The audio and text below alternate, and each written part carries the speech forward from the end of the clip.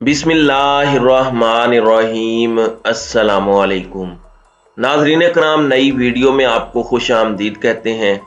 आज इस वक्त भी जो सूरत हाल है वैसी है जैसे कल थी। मामलात अभी क्लियर नहीं हुए आर्मी चीफ के तकर्री के हवाले से और मुख्तलिफ तौजीहात पेश की जा रही हैं। एक बार बार जिक्र हो रहा है सीनियरिटी लिस्ट का कि जनाब सबसे सीनियर जो है नवाज शरीफ ये कहते हैं कि उसे लगा दिया जाए और एक नया ट्रेडिशन और एक नया तरीका हम शुरू करेंगे कि जिसमें बिल्कुल इख्तलाफ की कोई गुंजाइश नहीं रहेगी। लेकिन इसमें बड़ा कैच है, नवाज शरीफ की जो मुनाफिकतें हैं और उनकी जो ख्वाहिश है आज भी पाकिस्तानी फौज पर अपना जर्नैल मुसल्लत करने की, जिसको वो अपना समझते हैं। हालांकि जर्नैल कोई भी हो, हमने देखा है कि जो भी चीफ ऑफ आर्मी स्टाफ बना है उसने आके बाद में पाकिस्तान और इदारे को मुकद्दम रखा है। आपको पता है कि नवाज शरीफ ने 5 तैनातियां की हैं आर्मी चीफ स्टाफ्स की, लेकिन किसी के साथ इनकी नहीं बन सकी क्योंकि जो नवाज शरीफ चाहते हैं उस पर कभी भी पाकिस्तान का रियल सोल्जर सरेंडर नहीं करेगा।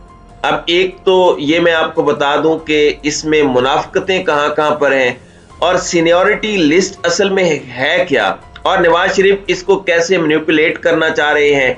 दूसरी एक इंपॉर्टेंट ऑब्जर्वेशन है बाबर सत्तार साहब की। Justice Babar Sattar Islamabad high court के, उन्होंने ये करार दिया है एक फैसले में कि आर्मी चीफ के हवाले से अगर कोई ट्वीट हो तो उसको बुनियाद बनाकर किसी को आप गिरफ्तार नहीं कर सकते।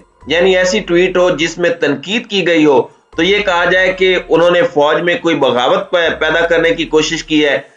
तो जस्टिस बाबर सत्तार ने कहा है कि ऐसे एक ट्वीट से ना तो बगावत हो सकती है, ना फौज के खिलाफ कोई जज्बात उभारे जा सकते हैं।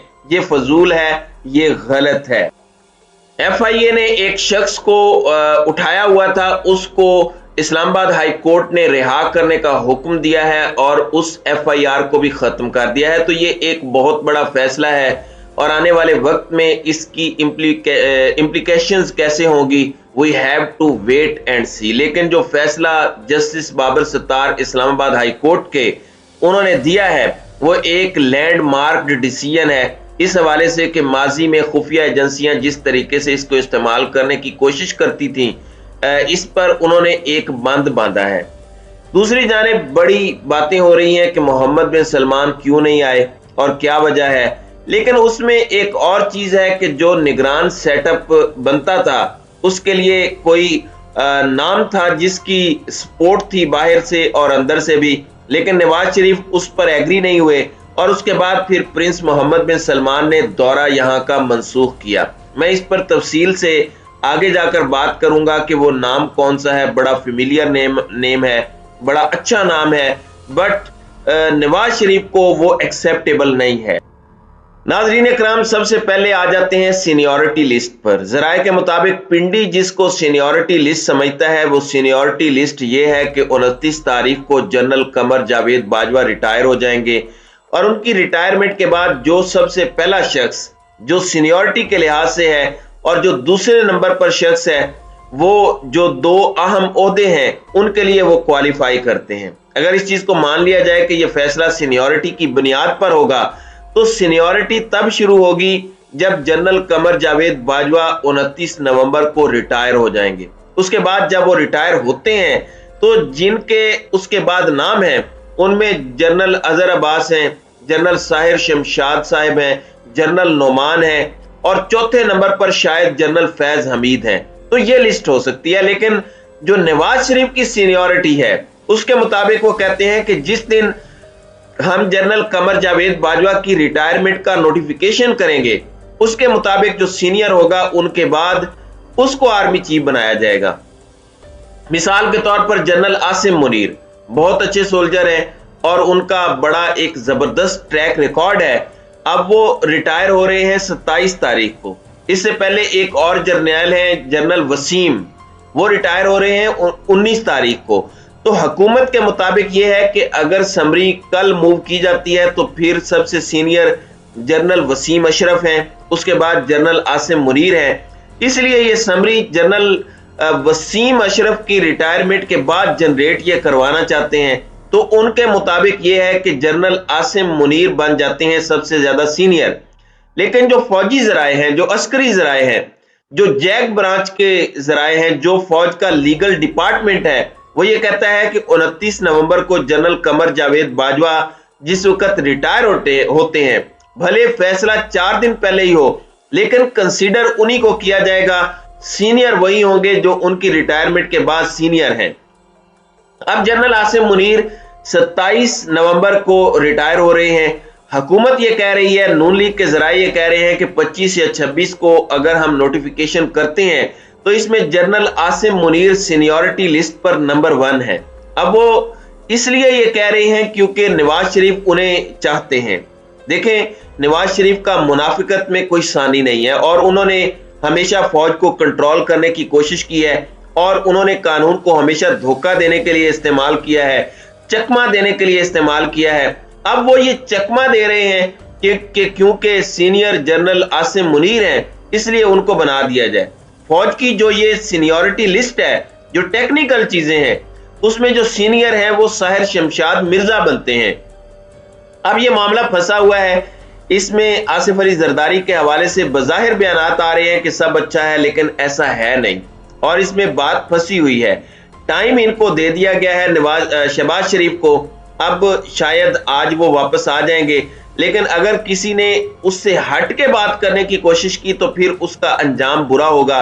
माजी में जिस तरह मैनिपुलेट करने की कोशिश की है नवाज शरीफ ने इदारों के साथ, और फिर जो रिएक्शन आया है वो बड़ा खौफनाक रिएक्शन था। अल्लाह हमें उस दिन से बचाए, अल्लाह ताला हमें उस दिन से महफूज रखे। ये तो सीनियरिटी वाला मामला है जिस पर हुकूमत किस तरीके से मैनिपुलेट करने की कोशिश कर रही है और इसको आइन और कानून का लिबादा उड़ा के लोगों को एक गोली देने की कोशिश की जा रही है, लेकिन जाहिर है ये इस तरह गोली दी नहीं जा सकती। दूसरी जानिब justice Babar Sattar, Islamabad high court में उनके सामने एक दरखास्त थी। एक शहरी है काशिफ, उसको FIA ने पकड़ लिया और उसके ऊपर पर्चा किया कि उन्होंने आर्मी चीफ के खिलाफ एक ट्वीट किया है।